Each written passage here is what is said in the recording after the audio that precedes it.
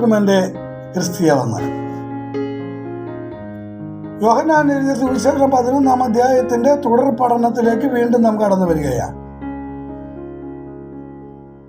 കർത്താവുമായി വലിയ ബന്ധമുള്ള മറിയയും മാർത്തയും, ഒന്നുകൂടി പറഞ്ഞാൽ കർത്താവിനെ ആദ്യമായി ഭവനത്തിലേക്ക് സ്വീകരിച്ച മാർത്ത, തൻ്റെ സഹോദരി യേശുവിനെ സ്വീകരിച്ചപ്പോൾ യേശുവിനെ കുറിച്ചുള്ള അല്ലെങ്കിൽ യേശുവിൻ്റെ പദ്ധതികളെ ഉൾക്കൊള്ളുവാൻ ആഴമേറിയ ദർശനം ലഭിച്ച മറിയ.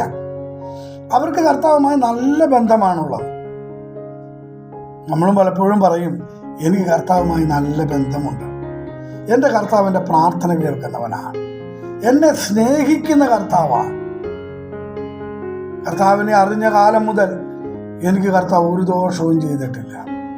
ഇതൊക്കെ നമ്മൾ പറയുമ്പോഴും നമ്മുടെ ഈ ലോക ജീവിതത്തിൻ്റെ ഈ സഞ്ചാര പദത്തിൽ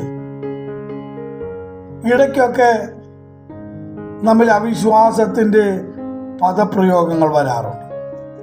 കർത്താവ് ബന്ധമില്ലാത്തത് കൊണ്ടല്ല, നാം മനുഷ്യരായതുകൊണ്ടാണ്.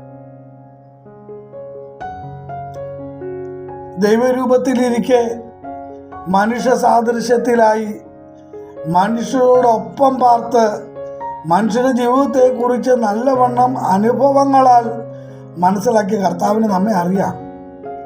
പ്രിയ സഹോദരി, പ്രിയ സഹോദര, എന്നെ കേൾക്കുന്ന യൗവനക്കാരെ, കർത്താവിന് നിങ്ങളെ അറിയാം.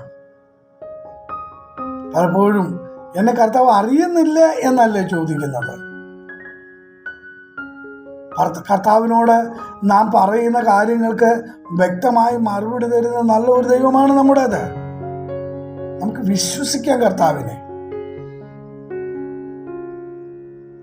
വളരെ ആഗ്രഹത്തോടും ആവലോടുമാണ് തൻ്റെ സഹോദരൻ്റെ രോഗവിവരം ഈ സഹോദരിമാർ കർത്താവിനോട് പറയുന്നത്.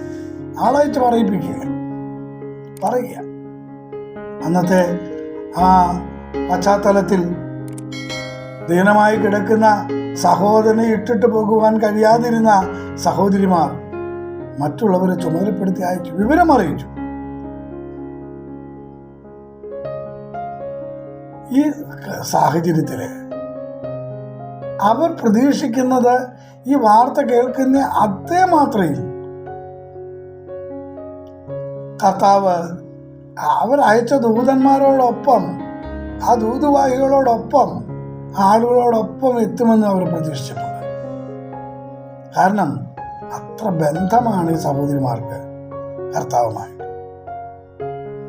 കർത്താവ് ഈ വാർത്ത കേട്ടിട്ട് പറയുന്നത് യോഹന്നാൻ എഴുതിയ സുവിശേഷം 11-ാം അധ്യായത്തിന്റെ 4-ാം വാക്യത്തിൽ ഇങ്ങനെയാണ് കർത്താവ് പറയുന്നത്: യേശു അത് കേട്ടിട്ട്, ഈ ദീനം മരണത്തിനായിട്ടല്ല, ദൈവപുത്രൻ മഹത്വപ്പെടേണ്ടതിന് ദൈവത്തിന്റെ മഹത്വത്തിനായിട്ടത്രേ എന്ന് പറഞ്ഞു. പ്രിയപ്പെട്ടവരെ, കർത്താവിനെ സ്നേഹിക്കുന്ന ഓരോ വ്യക്തികളുടെയും ജീവിതത്തിൽ ഏതൊരു വിഷയം സംഭവിക്കുന്നുണ്ടോ അതോടെ അവർ ഇല്ലായ്മയാകുവാനല്ല, പിന്നെയോ ആ പ്രതിസന്ധികളിൽ ദൈവപുത്രൻ മഹത്വപ്പെടേണ്ടതിനും ദൈവത്തിൻ്റെ മഹത്വത്തിനായിട്ട് നമ്മുടെ ജീവിതത്തിലൂടെ ദൈവം പ്രവർത്തിച്ച് ലോകത്തിന് കാണിച്ചു കൊടുക്കും. അതിന് നമ്മൾ വിധേയപ്പെടണം. അതിനുവേണ്ടി നമ്മൾ വെയിറ്റ് ചെയ്യണം. കർത്താവേ, അങ്ങയുടെ ഹിതം എൻ്റെ ജീവിതത്തിൽ സംഭവിപ്പാൻ ഞാൻ സമർപ്പിക്കുന്നു. ഈ ദിവസങ്ങൾ അങ്ങനെ ഒരു സമർപ്പണം ചെയ്തെടുക്കാൻ കഴിയുമോ? നിശ്ചയമായും കർത്താവിൻ്റെ പ്രവൃത്തി നമുക്ക് അറിയാം. ദൈവവചനങ്ങളാൽ തന്നെ അനുഭവിക്കും.